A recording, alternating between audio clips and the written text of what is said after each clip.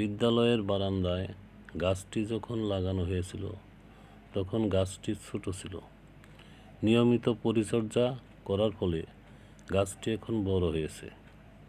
এটা যেন ছোট শিশুর মতো আদর যত্ন না পেলে শিশু যেমন বড় হয় না, তেমনি গাছের বেলায়ও বটে। গাছের পাতাগুলো দেখতে খুবই সুন্দর। সূর্যের আলোতে পাতাগুলো ঝলমল করছে। বন্ধুরা, এই গাছটি আপনারা কী গাছ নামে চেনেন? কমেন্ট করে জানাবেন। সাথে থাকার জন্য সকলকে ধন্যবাদ। ভালো থাকবেন, সুস্থ থাকবেন, সুন্দর থাকবেন।